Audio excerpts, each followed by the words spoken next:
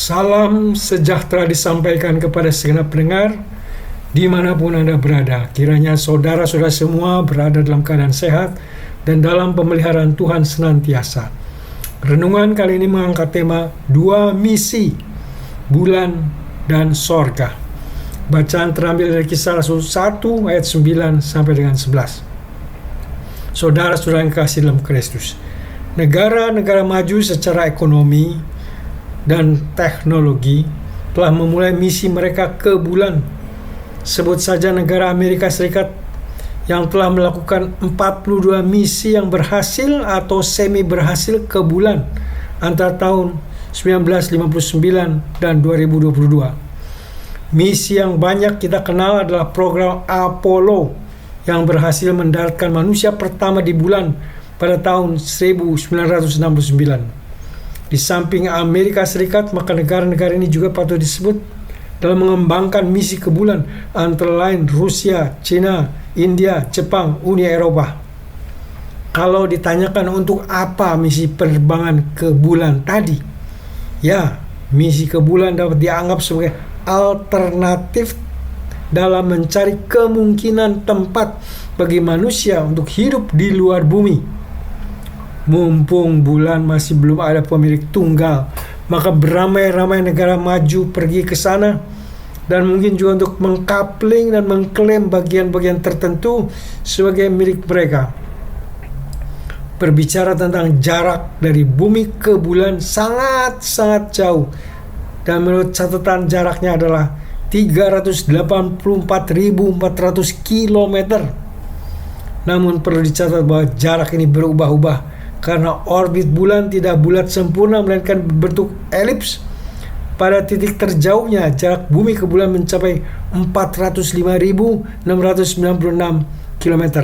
Sedangkan pada titik terdekatnya jaraknya adalah 363.300 km. Jadi untuk tiba di bulan dibutuhkan waktu berminggu-minggu. Bandingkan jarak Sydney, Australia ke New York, Amerika cuma 15.999,82 km dengan jarak terbang 23 jam. Nanti pada waktunya orang-orang super kaya dapat menjadi turis ke bulan dan membayar harga tiket yang tentunya sangat mahal.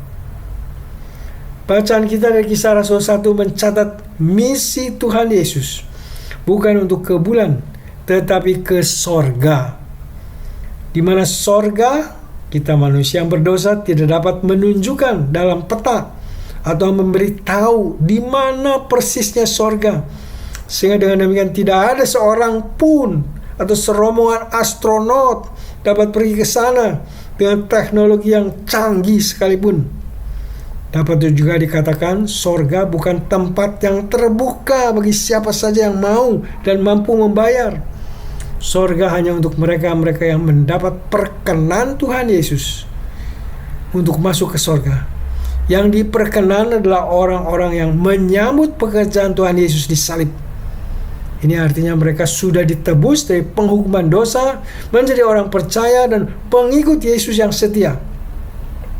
Kalau ada pendengar sudah menjadi orang percaya dan pengikut Yesus, saya ucapkan selamat kepada Anda karena sorga dijamin untuk Anda. Tetaplah setia dan menjadi pelaksana segala firman Tuhan.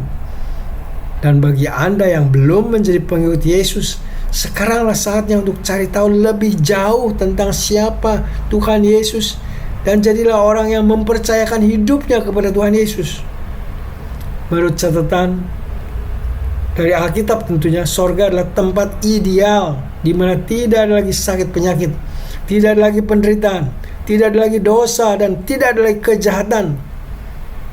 Yesus terangkat ke sorga, ke tempat di mana ia berasal. Ia kembali ke sana setelah menyelesaikan misinya di bumi dengan mati di kayu salib dan bangkit kembali, mengalahkan kematian, dosa, dan iblis. Sorga penuh kemuliaan Allah, di mana Tuhan Allah dilayani dan dipuji serta disembah oleh para penghuni sorga.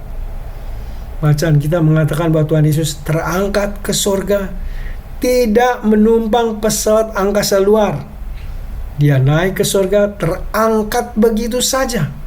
Tuhan Yesus tidak menggunakan teknologi ciptaan manusia, tetapi dia terangkat ke surga memakai kuasa Allah.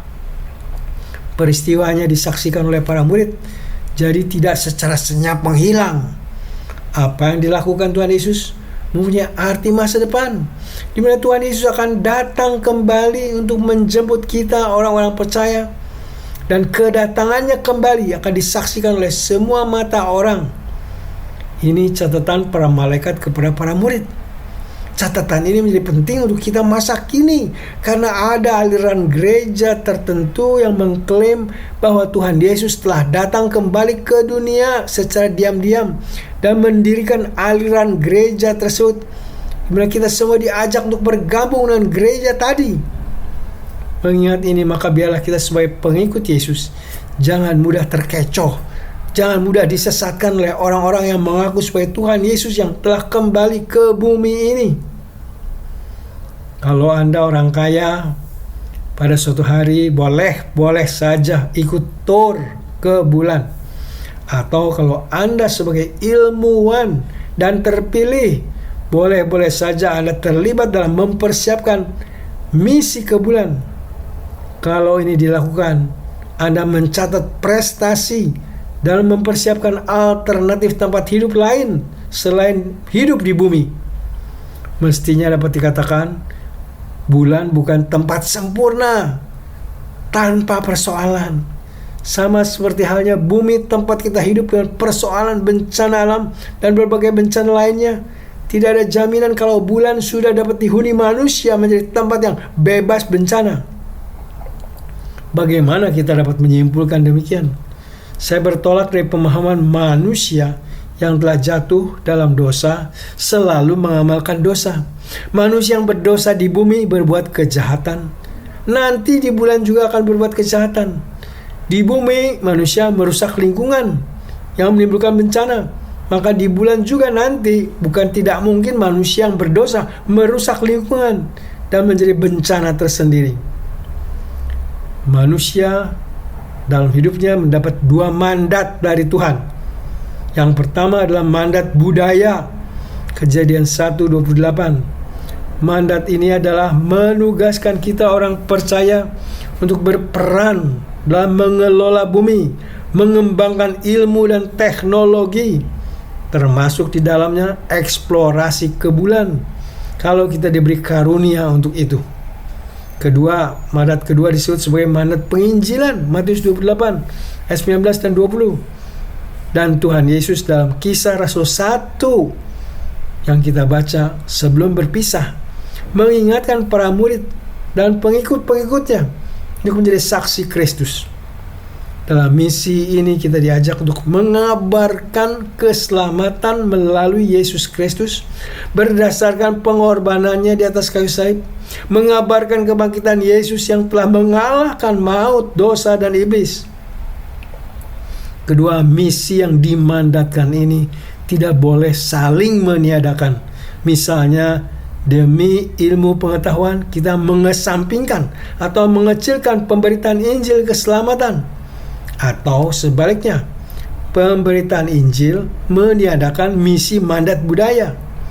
Kedua misi dan mandat ini harus jalan beriringan, walaupun harus jelas kepada kita bahwa misi penginjilan bernilai kekekalan karena sorga menjadi destinasi tujuan, sedangkan misi dan mandat budaya bernilai sementara saja. Yang sementara harus dilakukan, sementara mengerjakan tugas perkara-perkara untuk kekekalan. Dalam menjalani kedua misi ini, jangan sampai kita kehilangan fokus. Fokus kita hari ini harus terus kepada Tuhan Yesus yang menjadi sumber kekuatan dan pertolongan. Bukan itu saja, tetapi fokus kita juga ke masa depan, terarah kepada Tuhan Yesus yang akan datang kembali untuk kedua kalinya, untuk membawa sorga turun dan berdiam di bumi yang baru dan bumi yang baru. Sambil menunggu itu semua, barangkali beberapa dari antara kita dijemput secara pribadi ke surga ketika meninggal dunia. mana yang lebih dahulu datang dalam penampakan secara umum atau datang menjemput secara pribadi. Biarlah itu kita serahkan kepada kedaulatan Tuhan. Mari kita terus melanjutkan misi hidup yang sudah dipercayakan Tuhan dengan setia, dengan sukacita, dan dengan penuh pengabdian. Biarlah dalam kesemuanya Tuhan Yesus dipermuliakan. Amin. Mari kita berdoa. Tuhan Allah yang maha besar, terima kasih kepadamu yang telah memberi kepandaian kepada manusia dengan segala ilmu pengetahuannya. Tolong kami untuk setia menjalankan mandat misi budaya dan mandat misi penginjilan yang dipercayakan kepada kami. Allah Bapa, hamba-Mu dalam kesempatan ini memohon pertolongan-Mu untuk saudara-saudara pendengar yang sedang sakit atau dalam pencobaan. Beri belas kasihan-Mu dan menyembuhkan mereka yang sakit dan beri kemenangan mereka yang dalam pencobaan. Ya Bapa yang baik, dengar dan kabulkan doa kami yang kami minta dan pohonkan dalam nama Tuhan kami Yesus Kristus, Juru Selamat kami yang hidup. Amin.